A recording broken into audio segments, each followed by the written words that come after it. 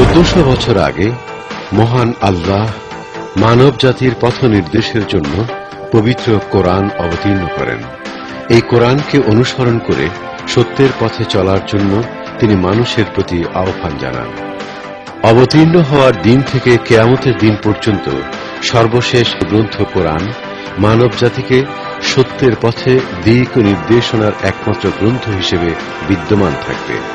কোরআনের অতুলনীয় স্টাইল এবং এর গভীর জ্ঞান ও ভাণ্ডার নিশ্চিতভাবে প্রমাণ করে যে এর কথা আল্লাহর।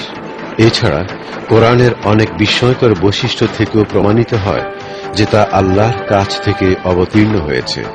একটা বৈশিষ্ট্যপূর্ণ বাস্তবতা এই যে পবিত্র কোরআনে 1400 বছর আগে যেসব বৈজ্ঞানিক সত্যের কথা বলা হয়েছে তার মধ্যে মাত্র সামান্য কিছু 20 শতকের বিজ্ঞান ও প্রযুক্তি উন্মোচন করতে সক্ষম হয়েছে।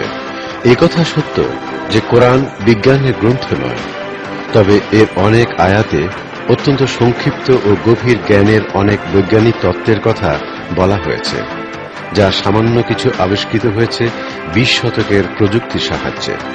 পবিত্র কোরআন অবতীর্ণ হওয়ার সময় এসব তথ্য জানা সম্ভব ছিল না। এখন একথা আরো সত্য বলে গ্রহণ করা হয় যে কোরআন হল আল্লাহর বাণী। কোরআনের বৈজ্ঞানিক বিস্ময়ের কথা অনুধাবন করতে হলে আমাদের পবিত্র কোরআন অবতীর্ণ হওয়ার সময়কার কথা প্রথমেই বিবেচনায় আনতে হবে। কোরআন অবতীর্ণ হয় 7ম শতাব্দীতে।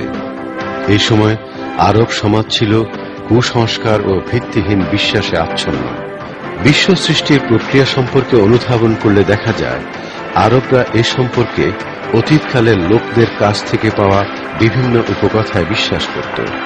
দৃষ্টান্ত হিসেবে বলা যায় তারা বিশ্বাস করত যে পর্বতগুলো হল আকাশের খুঁটি বা আলম্ব স্বরূপ। তারা বিশ্বাস করত যে এই বিশ্ব সমান্তরাল, আকাশের উভয় পাশে আছে উঁচু পর্বত। তাদের ধারণা ছিল যে আকাশের ছাদ সমুচ্চ রাখতে পর্বতগুলো ব্যবহৃত হয় খুঁটি হিসেবে।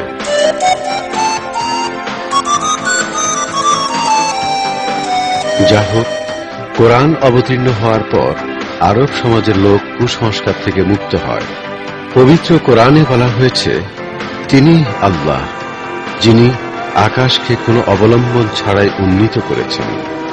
পর্বতের কারণে আকাশ উঁচু অবস্থায় থাকে, এই ধারণা পবিত্র কোরআনের ওই আয়াত দ্বারা বাতিল হয়ে যায়।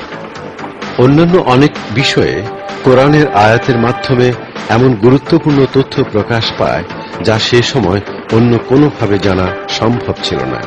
পবিত্র কোরআন অবতীর্ণ হওয়ার সময় জ্যোতির্বিদ্যা, পদার্থবিদ্যা বা জীববিদ্যা সম্পর্কে মানুষের জ্ঞান ছিল খুবই সীমিত। পবিত্র কোরআনে আছে বিভিন্ন বিষয়ের দিক নির্দেশনামূলক তথ্য। এইসব বিষয়ের মধ্যে আছে বিশ্ব সৃষ্টি, মানুষ সৃষ্টি, বায়ুমণ্ডলের গঠন কাঠামো এবং পৃথিবীতে জীবন ধারণের জন্য সুষম ভারসাম্য ব্যবস্থা।